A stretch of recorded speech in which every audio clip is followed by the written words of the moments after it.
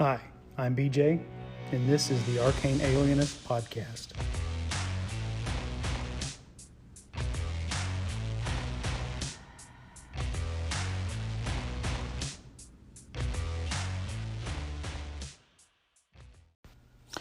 Hi, everybody. In today's episode, I'm going to talk a little bit about the old school essentials advanced fantasy rules, which are the supplemental rules for old school essentials. And then I've got some calls from Jason Connerly and Karl Rodriguez. So here we go. Let's talk a little bit about Old School Essentials Advanced. I've been running for the past year a campaign using Old School Essentials, which is effectively the old BX Basic Expert Mulvan Cook rule set. It's just been repackaged and reorganized for better clarity of content. It doesn't have the flavor text, and we've talked about that a lot between myself and various callers. But it is BX. It is BX. They've added. There's two things he changed that Gavin Norman added here. One, he put a javelin in the equipment list that doesn't appear in the original books, but he was able to pretty much. He's got a note that explains how he did it. I believe he extrapolated from other content that had been written for basic and expert. So that technically is an addition, maybe not to the addition of BX, but to the extent that Old School Essentials is just the basic and the expert manuals combined. And then he did put in the option for ascending armor class, which is mathematically virtually identical to in terms of probabilities to hit. So instead of using a THACO, well, he puts THACO in there. That term wasn't actually used in BX. All that's instead of attack matrix, you have a THACO, which is more of a AD&D thing versus negative armor class. And he added the option for characters to have an attack bonus and monsters to have an attack bonus versus an ascending armor class. But mathematically, statistically, in terms of probabilities, it's the same thing. It's just the way the way you calculate it, upwards or downwards of the center point of the range, which may be more statistical stuff than anybody cares to know about. But anyway, that's all Old School Essentials is. With advanced, so Old School Essentials, the core Old School Essentials classic fantasy is, I think, basically you could call it a retro clone. It is just using the open gaming license to give us, and maybe one of the purest. I think Labyrinth Lord. Somebody might correct me if I'm wrong, but I think Labyrinth Lord may have been maybe the only one that was the only other one that's been a pure just copy and paste of basic expert D&D. I think most of the other retro clones added little bitty house rules or innovations or tweaks that the author thought, well, I'm going to include a few of my house rules in here while I'm sort of using the open gaming license to create kind of a slightly different version of BX. But Old School Essentials, again, other than, and I wouldn't even say adding the javelin in there as a house rule. I think he pulled it from other material that was used in the modules written for BX. And like I said, probably the only thing that you might even consider a house rule in here is the ascending armor class, but he's using mechanics from other versions of D&D that give you the exact statistical probability to hit based on your level and the armor of your target and things like that. So Old School Essentials Classic Fantasy is a retro clone. Old School Essentials Advanced Fantasy, which is a supplement to Old School Essentials, attempts to bring in all the open gaming content available from first edition D&D, including some of the content from Unearthed Arcana. And so what you get in Old School Essentials are you get, it's kind of interesting, in Old School Advanced or Old School Essentials Advanced, you get some additional classes, which would have been found in the first edition player's handbook and in unearthed arcana. So you get the acrobat, the assassin, the barbarian. You get a bard, um, druids, illusionists, paladins, rangers. They have a class called knight, which is effectively the cavalier. They just call it a knight here. Um, and he makes a note in this that he left the monk out because he's later going to. And I'm talking when I say he, I'm talking about Gavin Norman. Is going to plans to do a old school essentials book themed around uh, Asian themed fantasy, and that's where you might get. He feels like a monk would be a more appropriate class there. So that's the only thing missing. But these are not just a retro clone of those advanced Dungeons and Dragons classes. These are the concept of those classes restructured around a BX style class. So you basically get a BX style barbarian, a BX style assassin, a BX style paladin and ranger. So it's not just what you can hold them side to side between the way they're presented in Advanced Dungeons and Dragons, and they're not the same thing. These are these classes remade to play alongside or within a game of BX D&D. So I think here this is not a retro clone. Old school essentials, classic fantasy by itself is a retro clone. When you add these rules in, I think you're getting more of an old school, uh, obviously an old school OSR style game, but now it's becoming its own game, um, inspired by, but not a direct copy of or a continuation of the game that inspired me. We're talking about Advanced Dungeons and Dragons now for the advanced rules. The cool thing is you get a couple of other options here. They give you racial classes. In BX, the elf, dwarf, and halfling are racial classes. They don't have a class. If you have the fighter, cleric, thief, and magic user are humans, and then elf, dwarf, and halfling are a class unto themselves. Well, they give you the other AD&D races as classes. So you have uh, a gnome class, a half elf class, a half orc class, and they go ahead and broaden it out to stuff that was available in Unearthed Arcana. So you also have um, a drow, duergar available as classes, and the Zwerfneplin, or the deep gnome, which were options for alternative types of elves, dwarves, and gnomes put forth in Unearthed Arcana. Then you have, in addition to those races as classes, you have an option for the entire, and still playing with the BX rules in terms of the mechanics and everything like that, but an option for separating race from class entirely. So it gives you those races as well as just races that then you can make them a fighter or a thief or a cleric or whatever the case may be. And it goes back and also gives you the elf, dwarf, and halfling as just races that you can add to class. So you can play. Again, these are still very much BX style characters. Everything's scaled to BX. You can use them in BX modules. You can use them. You still have to use the old school classic fantasy for equipment lists and a lot of the spells. Although there is also in old school advanced a lists and descriptions for druid and illusionist spells. So it's not done the way Advanced Dungeons and Dragons is done, but that option is there again to treat race and class separately, to create a BX style character that will run in old school essentials. So that's kind of in terms of character creation, you got that. It adds just a few more pages of rules of pull to some of the highlights of things that AD&D I think expanded on and did very well actually. So what do you get? Let's see here. Let me flip through the book. You get rules on poison, which you're going to need if you're going to have an assassin class in the game.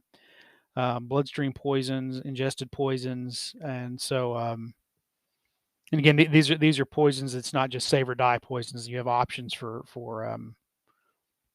poisons that just do damage, poisons that cause instant death, things like that, and rules for how you administer poison.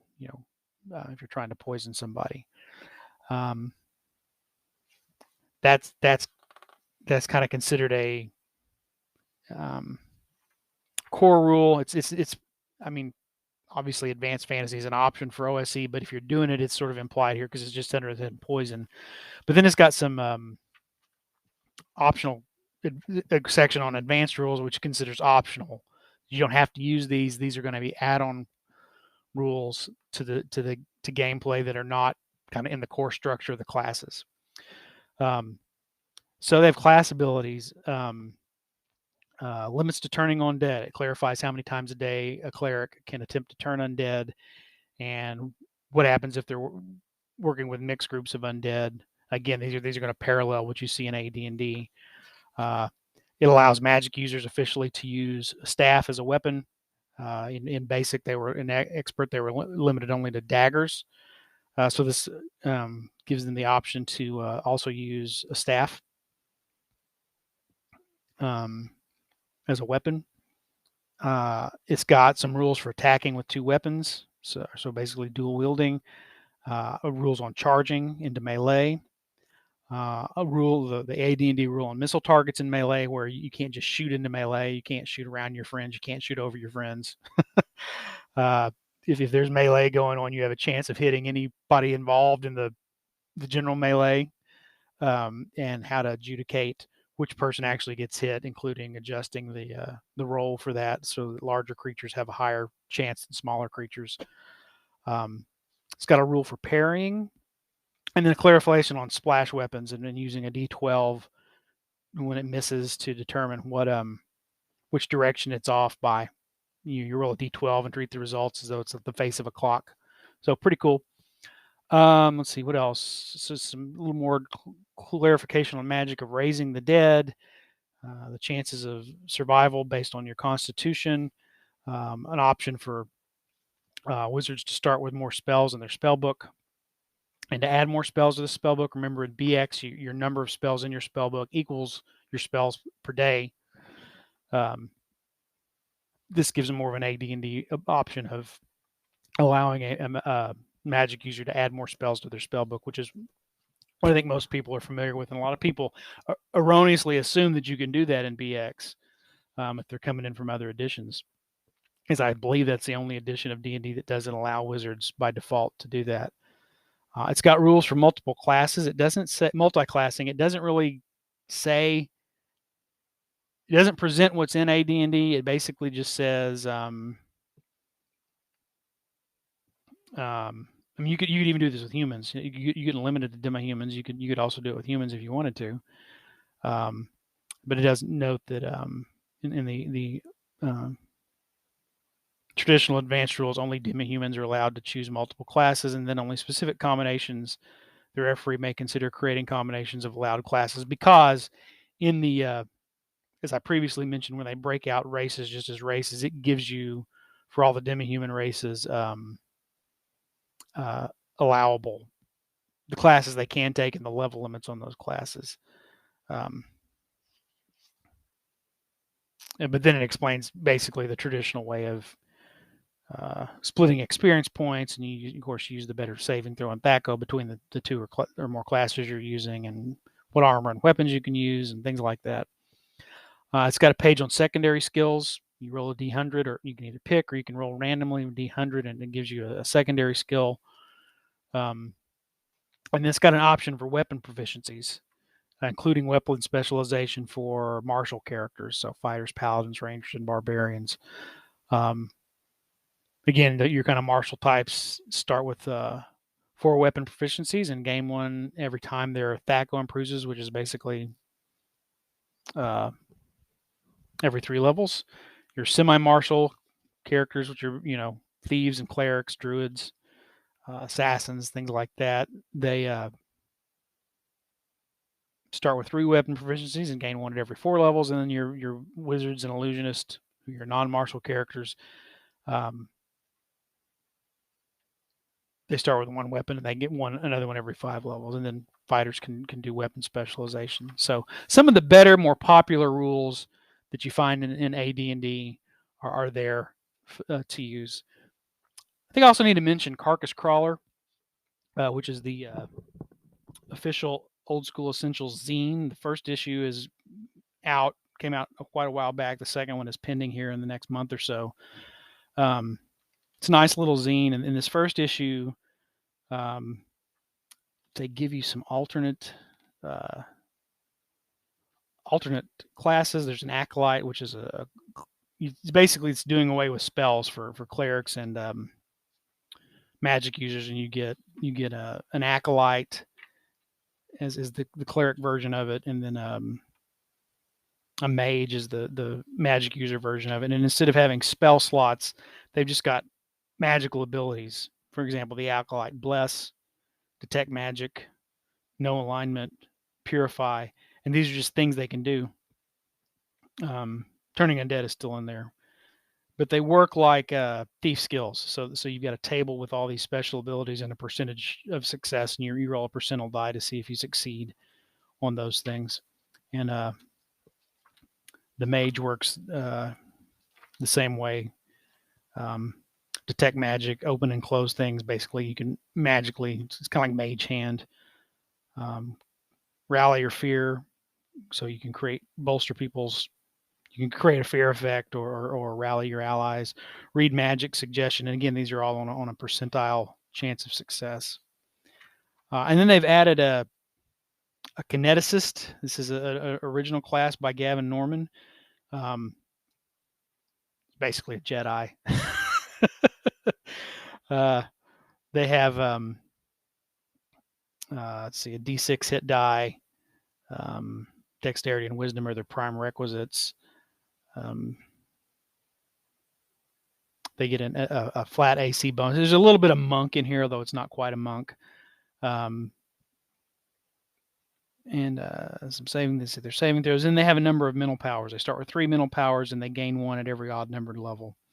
And then it describes some mental powers: accelerated motion, controlled density, crush life, which is basically force choke, a kinetic fist, a kinetic leap, kinetic shield, telekinetic attack, kinetic wave. It's not quite a psionicist, and it's not quite a monk. Again, I think it's very much a Jedi kind of a fantasy version of the Jedi. But you could easily, I think, use this in place of a monk, since there's not a monk class that's been created yet for Old School Essentials. And then we get some new races, and again, it gives you the race as a class if you want to do it complete old school style, or it gives you the race to combine with a class. And you get goblins, you get gargantua, which are basically Goliaths, and then a Hephaestion, which is somewhat like an elf. It's basically a Vulcan.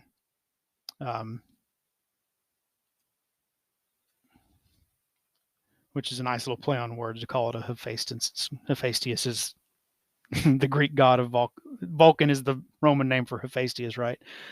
And so as a class, they come with some basic mental powers: ESP, healing trance, mind control, mind shield, telepathy. So this would be a way you could probably play a bit more of a psionicist and just say it's a human and not a separate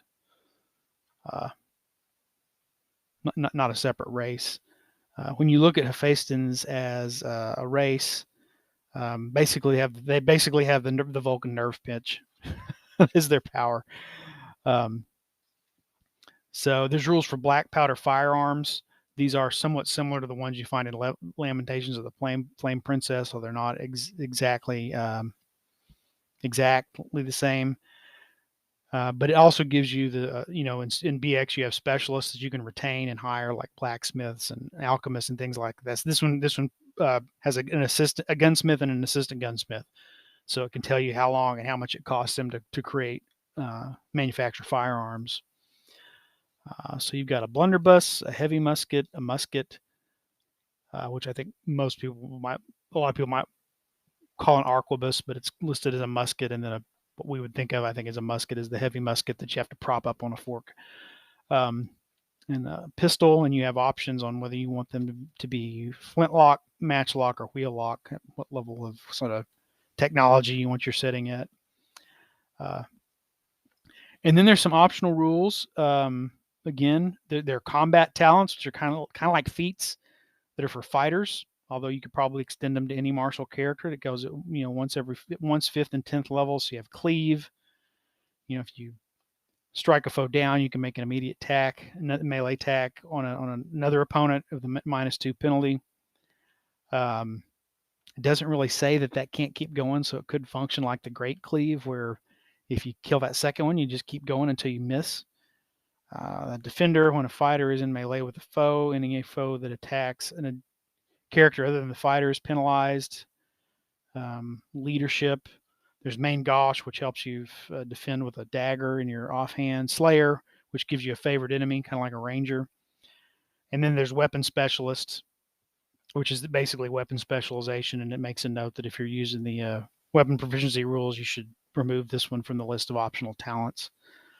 And then there's an alternative things for thief skills. This was a really nice write-up. It gives you an option for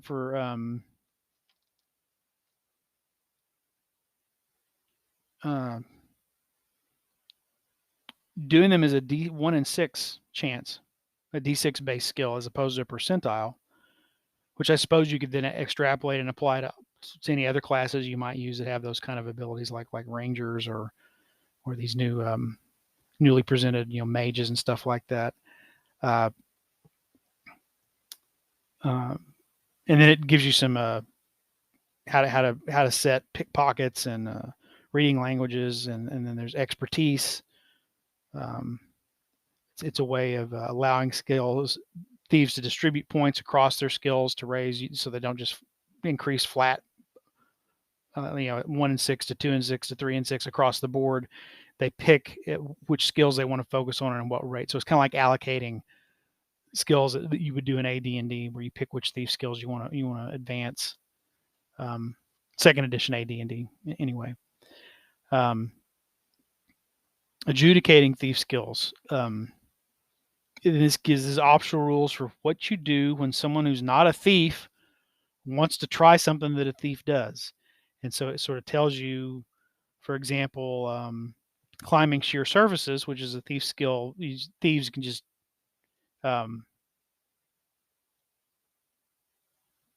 you could it's a suggests letting other characters make a dex check and just letting thieves do it. So just take it off the table that the thief has to roll, and another person can make a dex check. Because if you have them make a dex check, you start to get into that question of, well, a dex check is more likely successful for a lot of players than low-level thieves percentile. But then some of these other skills, and I'm not going to go through all of them, talk about whether you should just if you're going to let other people try it, one option is to let thieves succeed on this, or the other option is to a lot of times let them roll for a 6. Chance. It's a 1 in 6 for anybody else to do it, and a thief gets a 2 in 6 or better based on their level, things like that. So, but then there are things that other people can't do, like it suggests that don't let other people pick pockets or pick locks or things like that. That's but they could have obviously tried to sneak around, to hide, to decode languages, to climb walls and things like that. So anyway, it's a real handy set of optional rules as well. So I guess I went a little beyond old school advanced. I also included these options for Carcass Crawler. But again, I think you're seeing that old school essentials has its core set of rules that are BX. They're just BX. But then you start adding old school advanced and some of the options that are going to be appearing probably in this issue, not only this first issue of Carcass Crawler, but the ones that are coming out in the future. And you'll see that there's going to be these supplemental set of rules that can turn the game into not just a retro clone of BX, but into its own unique kind of game using BX mechanics, but with things inspired from other sources. I should also mention Advanced also gives you all the magic items and monsters from AD&D that are available under the Open Gaming license, not just the classes and spells. So I'm looking forward to using this. I think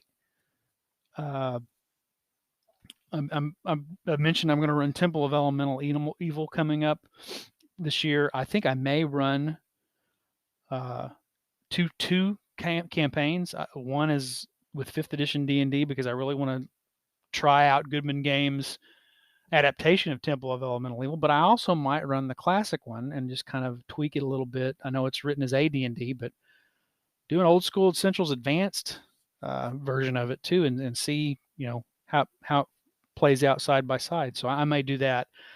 Um, I also talked to my players about um, in the Mythic World of Erd about I've got other plans for that campaign. We're not going to do Temple Elemental Evil there, but if they might like to, once we kind of get to finish this first arc that we've started with the characters, which should take them from the basic level characters to experts, so they should get up to 4th level, I think, about switching over, kind of rebuilding their characters with the advanced fantasy, so that Dolly the dwarf would then be a dwarf fighter, and some of the fighters in the group might decide that their character may actually be more of a ranger or a barbarian or something like that, and the thief could be an assassin if they wanted. It would have to make sense for the character concept, but given those options.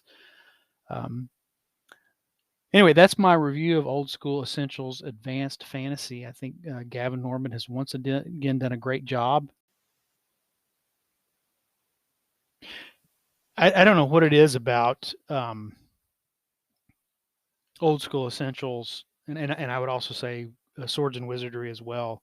There's been so many retro clones and or OSR inspired games that sort of take those old games, either basic or advanced Dungeons and Dragons, and create a similar or inspired product. But I don't know what it is about Old School Essentials and Swords and Wizardry that seems to really, why there's such a cut above some of the other stuff. I know a lot of people like Lamentations of the Flame Princess. I like it, but I think as popular as it has been, I don't know if it's really struck the same chord that Old School Essentials has. I don't know if it's just because the people doing them are so great. I mean, what they do, just the quality of the product. These are just nice. They're fun books to read. They're well done. And they, I maybe some other people have some other thoughts on why Old School Essentials has sort of exploded in a way that other retro clones have not, so that they're now able to do these advanced rules and give us it's almost like having an expanded version of BX. If they'd have stuck with BX instead of moving on to AD&D, if that had been the product line that had won out over AD&D and sustained, maybe this is what it might have looked like as it expanded. I know I remember seeing I think you can find the video on YouTube where it's Mike Merle's, Matt Mercer, Matt Colville, and Adam Coble talking about the state of D&D, and I think one of them, it might have been Mike Merle's, I can't remember, had said, if BX had or maybe Merle said this in a different interview, but if BX had been the one that had sort of taken center stage instead of AD&D, we'd be looking at a very different history of D&D right now. That people sometimes don't appreciate just how popular BX was, unless you were there when it was the game of the day. So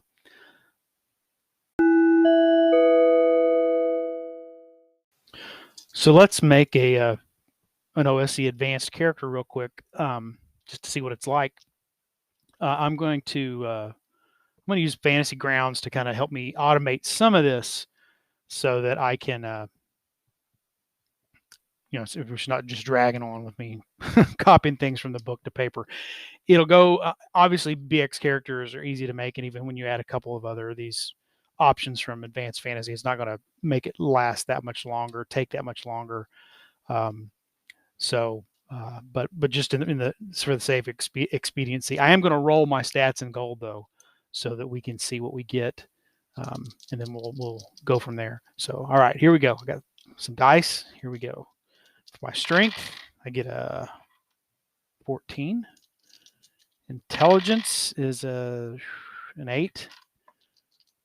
Wisdom, and the dice dropped off my desk. Where did it go? Wisdom 15. 12 dexterity. 13 con. And for charisma, I got another 13. And then for gold, 9. So I got 90 gold. Okay. Well, let's see what we want to do with this character then. I think I want to make a fighter just because I was very interested in the options that were presented for fighters between old school advanced and carcass crawler. So let's start. We're going to see. Well, let's see what kind of fighter do we want to make? What race do we want to be?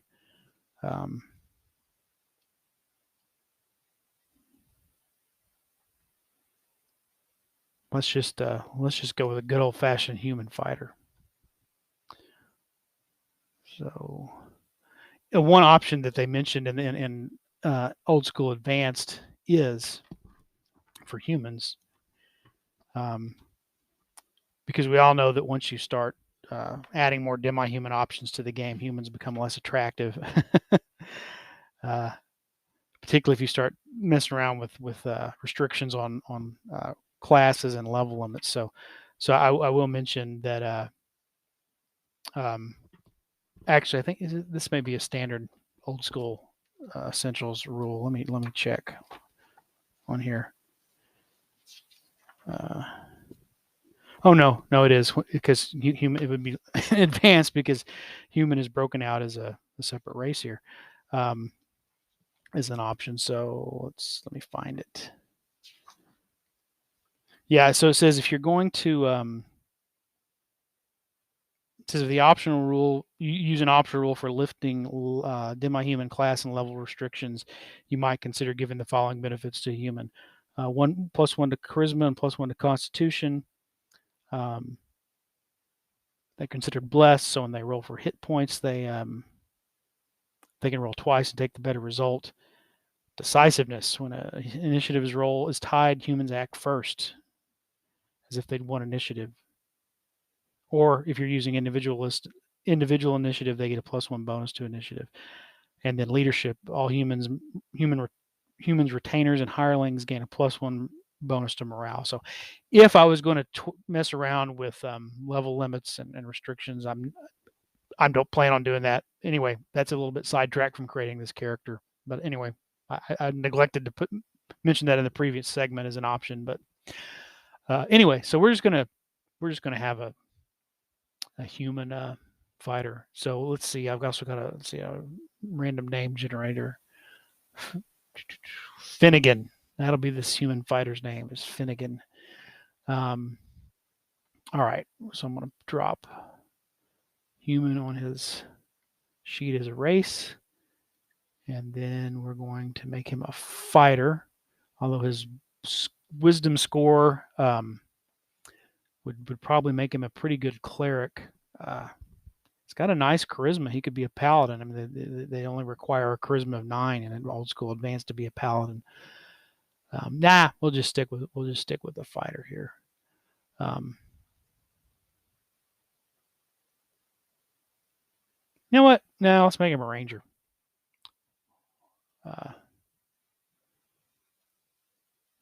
So I'm gonna put the ranger on there. Old school advanced ranger. There we go. Now the thing with the ranger is, if I want to tweak my ability scores, I may or may not want to. He's got pretty good ones across the board. I mean, he's got a 14 strength, and a 15 wisdom. He's got pretty much good everything here. But let's see what. Have to have a 9 con, a 9 wisdom, even though strength is the prime requisite. So he's in good shape across the board. He's got a. But what I think I am going to do is I'm going to take 2 points off the wisdom, because that'll drop it to a 13.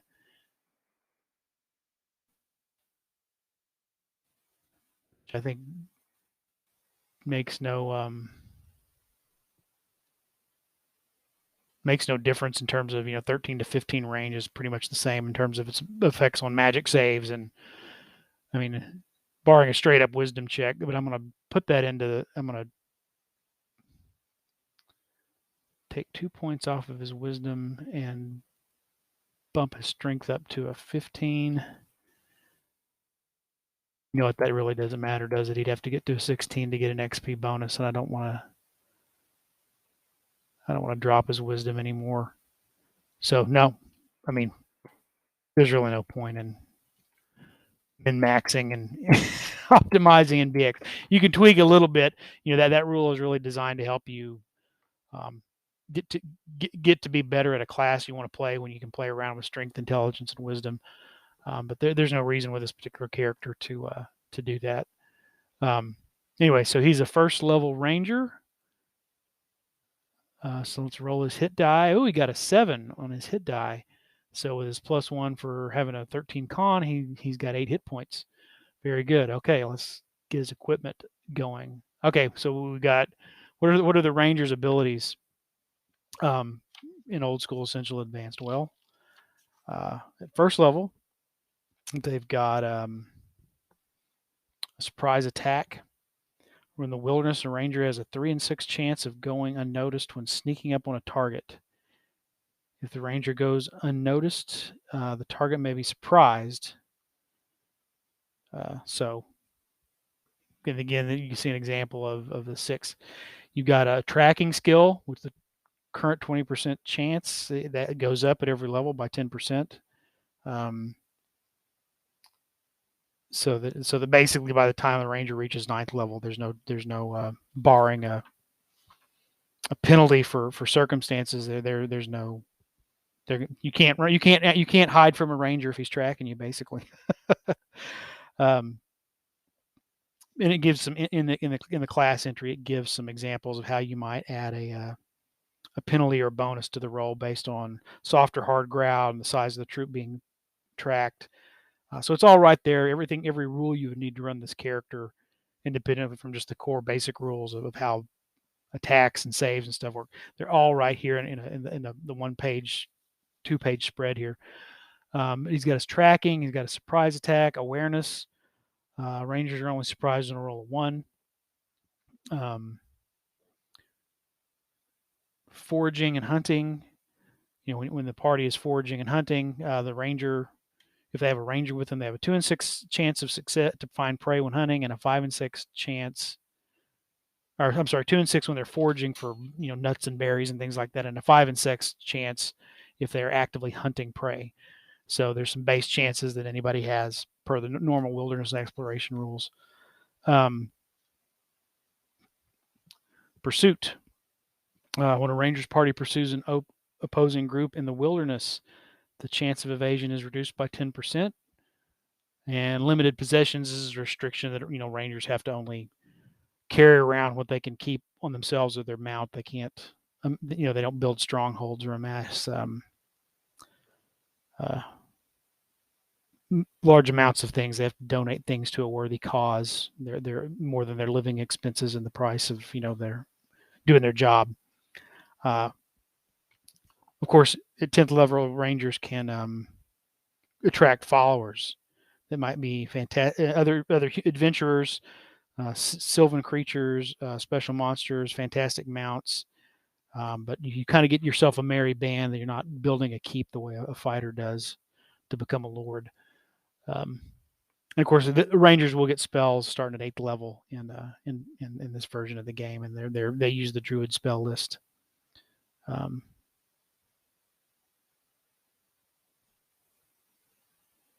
8th level.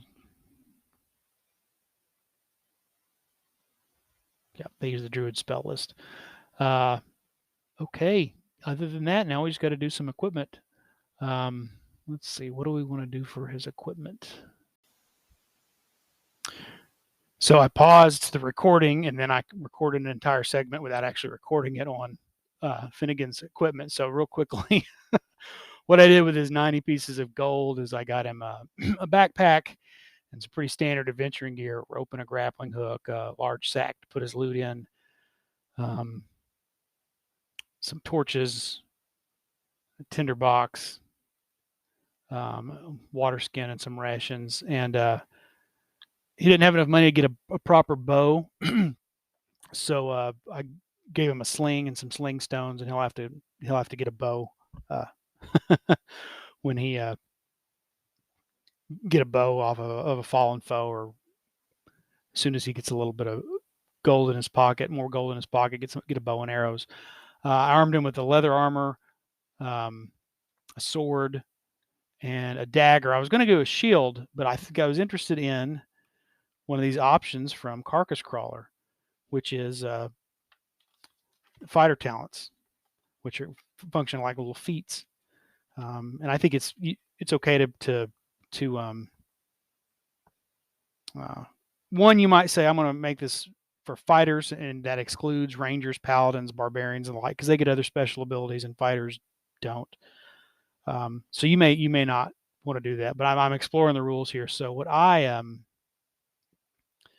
decided to do was go ahead and allow him, since he's a ranger, to take one of these fighter talents for first level, and I'm going to give him the main gauche, I believe that's how you say it, ability,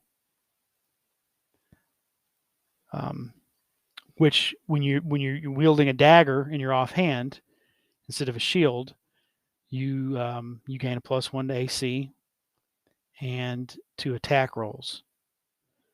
So not to damage, but to attack roll. So he'll be attacking with a sword, but he gets a +1 bonus to his attack with his sword, in addition to the defensive bonus, as though he had a shield, for being able to parry with that dagger. And that gives him some versatility if you go back to some of the AD&D options that come out of the advanced fantasy,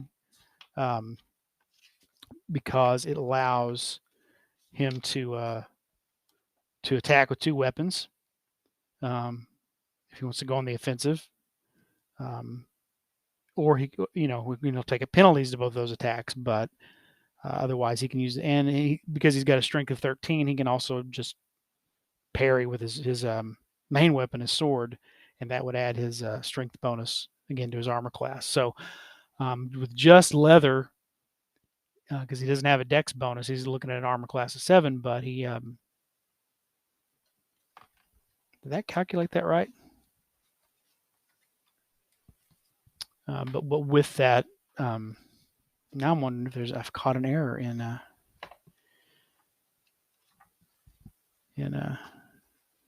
programming here for the guy that did this rule set. I doubt it. But maybe just, that's right. Armor class 7, but he gets the main gouge effect for his dagger. So now he's got an armor class 6, and he could drop that to a 5 if he chose to just parry. So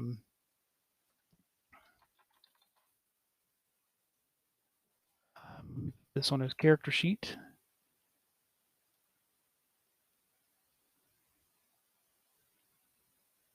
And he's good to go. So we've got Finnegan. He's a lawful human ranger, strength 14, intelligence 8, wisdom 15, dexterity 12, con 13, charisma 13. He's got an armor class of 6 due to his leather armor and his pairing, his main gauche pairing with his dagger. Again, the option to go pure defensively to go down to a 5 with that, or to just on the offense, he gets he's already got a +1 to his attack and damage for his sword, but he gets another +1 to attack because of the main gouge ability.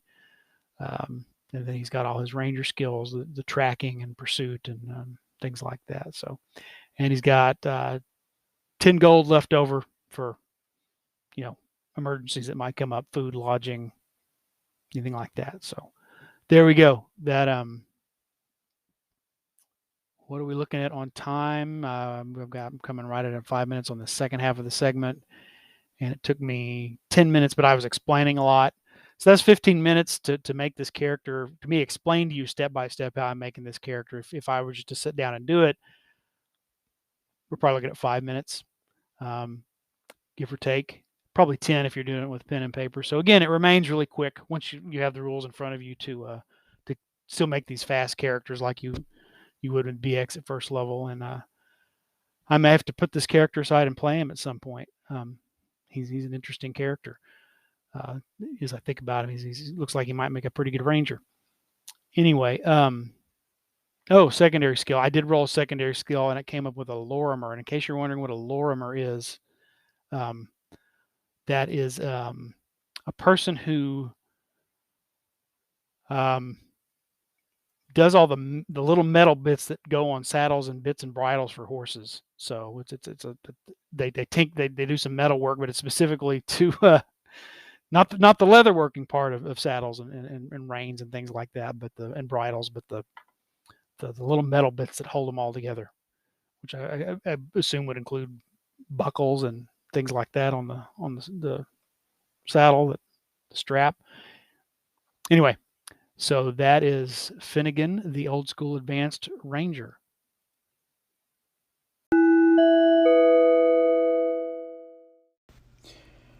Okay, let's take some calls. I've got some calls from Karl Rodriguez of the Gemologist Presents podcast and from Jason Connerly of the Nerds RPG Variety Cast. So we'll start off with some calls from Karl. Hey BJ, this is Karl. Congratulations on number 100. It's been a fun ride. I really enjoy getting and listening to your podcast when I see the feed. I love the recaps. I love what you bring to thoughts about GMing, especially. This last episode was really great about making things your own, and maybe it's kind of got to do that nowadays because everyone, listens to actual play or watches things on the Critical Roles or whatever, and that's a great idea to just change things around, and maybe one does it naturally as players experience and go through a particular dungeon or adventure, but maybe the initial prep is a great idea to do. I know I do that with Warhammer Fantasy, but I haven't done it with a published D&D type module. I wonder if having all these VTTs, well, I'll just say from my point of view, I feel like having these adventures pre-written and then having the VTTs available has kind of made me a little lazy in prep for them, and I definitely feel like I need to get better. And maybe that's why Warhammer is so good, because I read way ahead. I know what the motivations are for the bad guys. I kind of have an idea what the players are doing timeline wise, and then I can react or have the world react, not me react, but have the world react based on that intel. And I think the same with T2K. I've read the thing ahead of time, and now it's just kind of rolling, right? So, yeah. So maybe I gotta change the way I do things a little bit. But thanks for the reminder. Yeah, Karl. I think the electronic tools and the virtual tabletops certainly make for easier prep, but I can see it lulling you in a sense of, since so much is automated, you almost want a game master or DM on autopilot instead of actively thinking about what to do, and then what happens when things change. You've got macros and things kind of pre-programmed in for attacks and saving throws and what monsters are about to appear on the board, and then what happens if the players do something that should change that, and now you've got to use your keyboard and your mouse and your menus and drag and drop and copy and paste on all that stuff to reset, whereas if you're just at the tabletop, you just roll with it. You maybe just have to flip to a different page in the monster manual, So yeah, I could see how that might make you a little, and particularly lull you into false insecurity. Oh, it's all set up, particularly if I bought the prepackaged and pre-programmed module. I don't have to read ahead to understand the story and the plot and what's kind of going on in the background until it just pops up on my screen and I just read it, And I think it's good to not get lulled into that false sense of don't let the author of an adventure tell you that you can't make it your own. Don't let the damn computer tell you that you can't make it. make it your own. As great as these tools are, they're still just tools, and it's the riddle of steel. What's more powerful, the rule set or the game master who wields it? So thanks for the call. And oh, wait, we got some more here from Karl real quick. Hey, speaking of Claremont, I think I really got into the comics from the Excalibur series that he did from 88 to 91. I collected a lot of that, and I don't even know if I still have it. Honestly, I think I got rid or sold a lot of my comics somewhere along the way. I have no idea. I mean, I have a few. Like I was looking. I have Grimjack. I have some Lone Wolf and Cub that they had done as in English back in during that time frame. Maybe a few others. I have to look. I mean, hopefully I didn't get rid of Excalibur because those were fun things to read. Oddly, I have a series called 1602, which is a DC series of supers in Elizabethan period. Hey, Karl. Yeah, Excalibur was also great. Another great series that Chris Claremont launched. Of course, it still continued past his run as the author, but he certainly launched it when he had in the pages of X-Men. Of course, Nightcrawler, Kitty Pryde, and Rachel Summers were injured and out of commission, and then the rest of the X-Men seemingly vanished and perished, although they didn't. They just continued on in secret, hiding the fact that they were still alive. And so those three X-Men relocated it. I think it was to Muir Island to heal up, and then wound up joining up with Captain Britain to form Excalibur. So it was always kind of, it was an X-Men adjacent, but it wasn't originally, I think, it meant to be purely an X-Men family book. It just happened to have some X-Men characters in it, and then eventually the X-Men just kind of consumed it. It's just another X-Men comic. But yeah, I really enjoyed Excalibur, the original concept and lineup of Excalibur. And I kind of, I kind of hope if they're going to bring Captain Britain into the MCU, they let him exist, not just as an X-Men. I mean, I know he's also Psylocke's brother, so that ties him closer to the X-Men. But I hope they kind of let him be his own hero, because he has such a cool concept, tying back to the legacy of King Arthur and Merlin and that, and the British Isles themselves. And I hope they let that character stand on its own. And really, a lot of people have talked about Henry Cavill playing Captain Britain. It'd be weird for him to play a superhero so similar to Superman in a lot of ways. I'd hoped Richard Madden would play him, going back to season 1 of Game of Thrones. But I guess he had his run as Icarus, and that's going to be, so occasionally they'll reuse characters when they can use them in a way where you barely recognize them from the last character they played.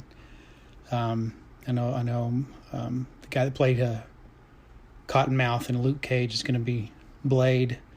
But, and of course, Gemma Chan, and Captain Marvel, she's done up in makeup to look like a Kree. So when she's in Eternals, it looks like a completely different character. I don't know if they'd recycle Richard Madden so soon to play Captain Britain. So hopefully they'll find somebody really good. You mentioned Lone Wolf and Cub. I think, weren't you and I supposed to do an episode with Jason? Jason was supposed to have us on his show to do an episode about Lone Wolf and Cub, about the film series and the comics. So maybe we need to get on him about that. And then you mentioned I think you mean Marvel 1602 by Neil Gaiman, where it's not DC 1602, which I think is a wonderful. I love that comic. It's Neil Gaiman.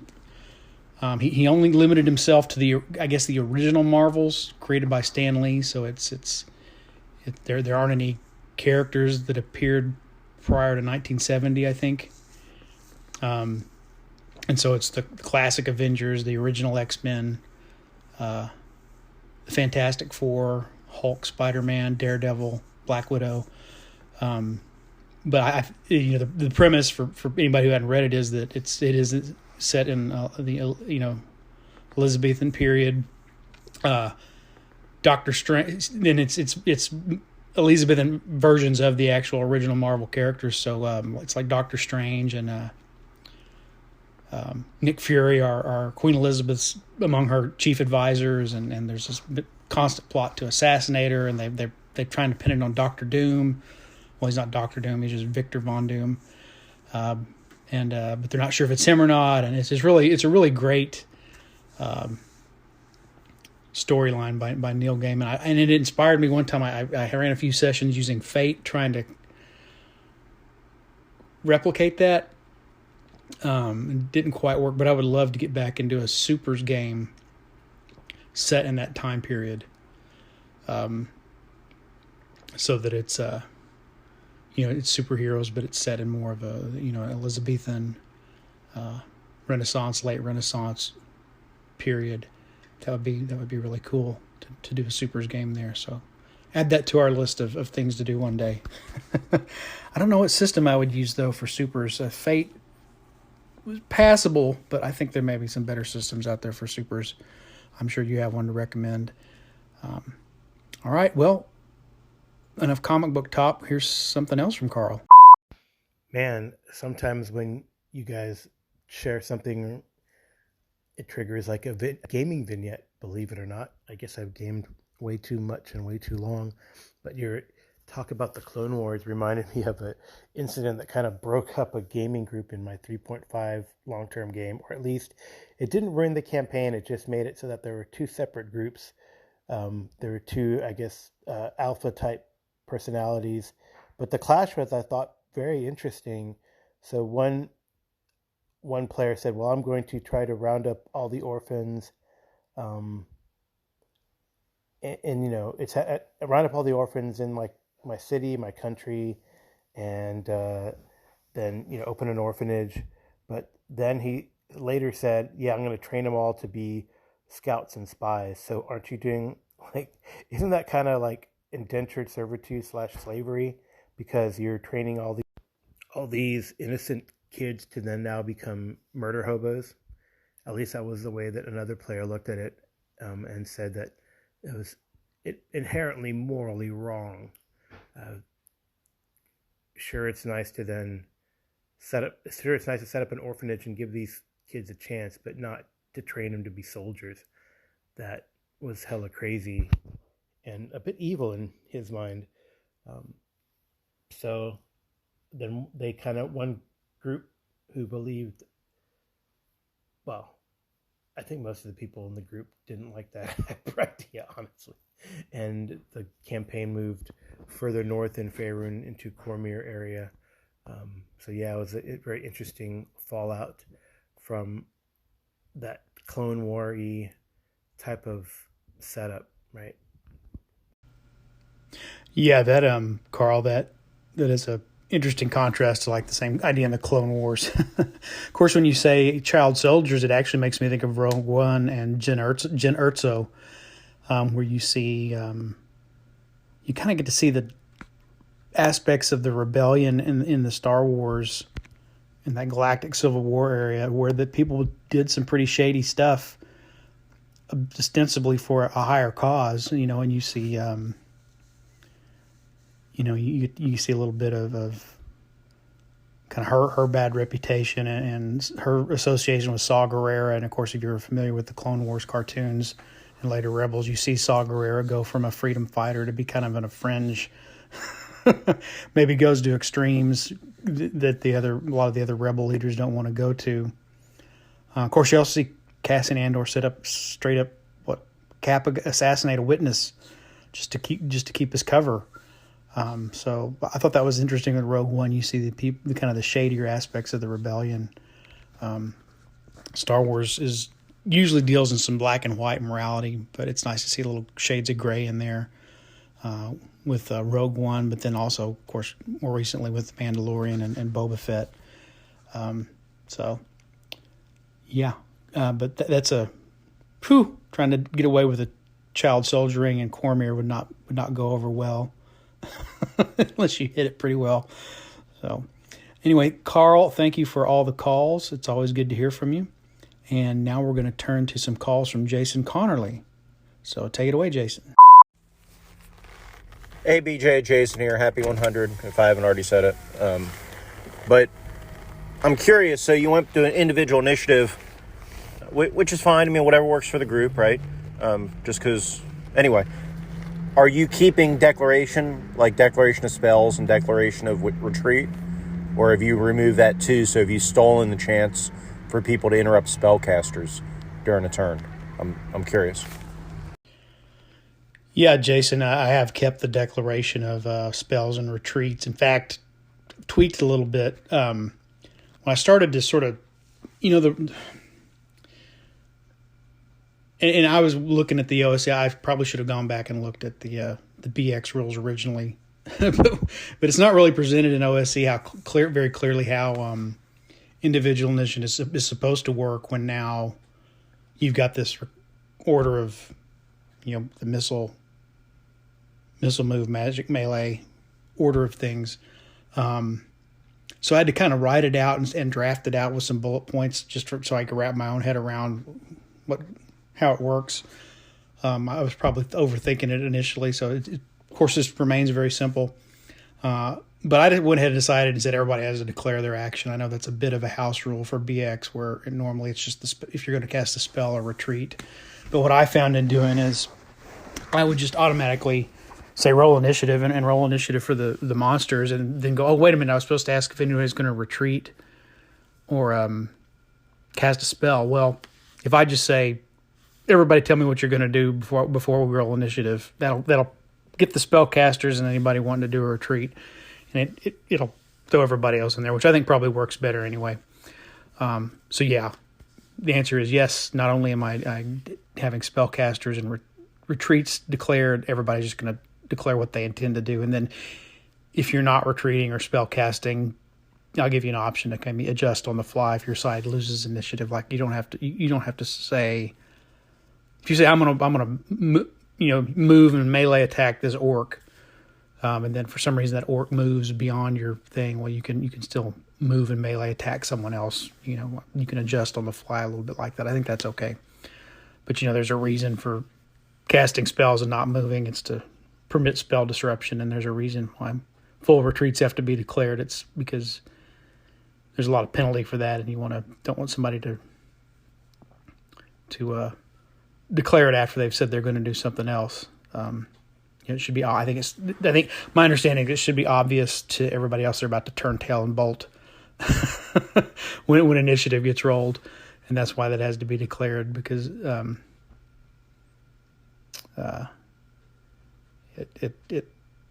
it's kind of fair to the other side. It balances things out. So if I'm wrong on that, let me know.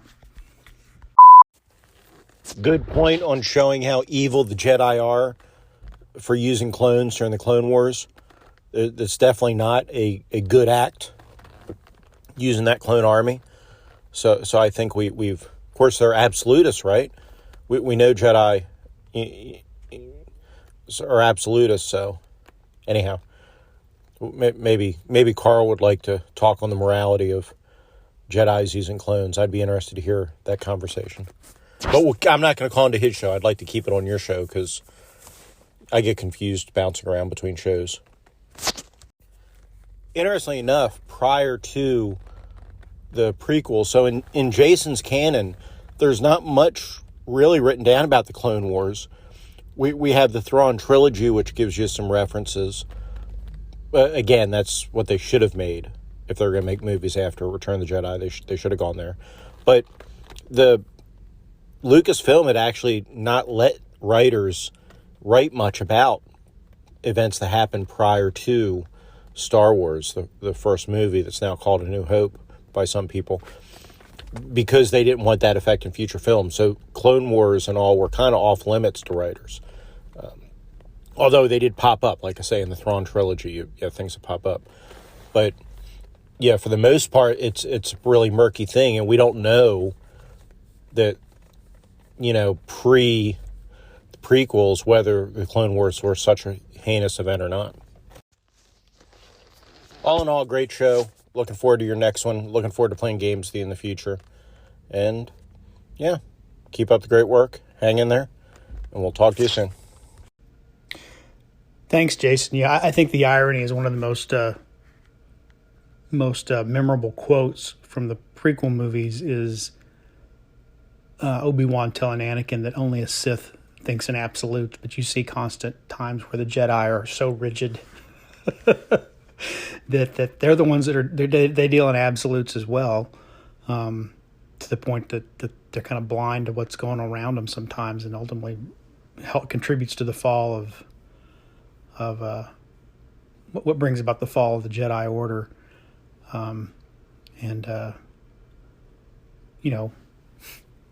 It appears from what we see of the sequel trilogy that Luke failed to impart the reasons for that failure onto Luke, and he just repeated it again, which I think sucked.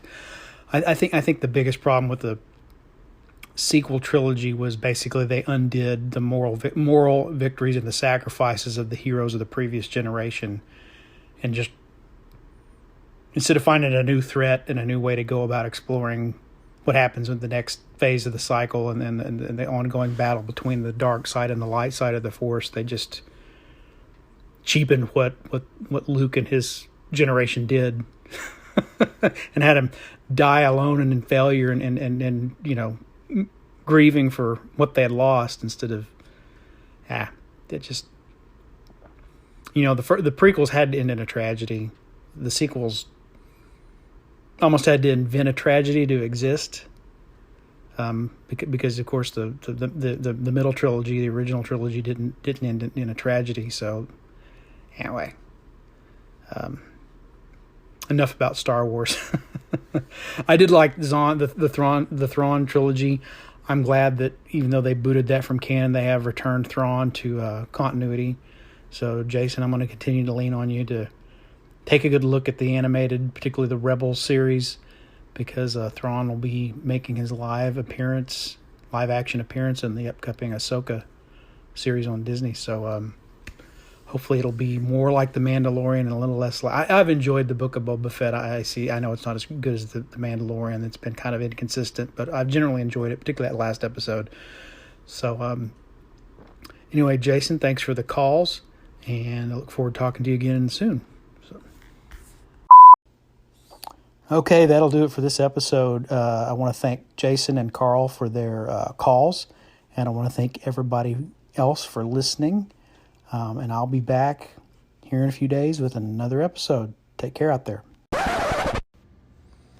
And that's it for this episode of The Arcane Alienist.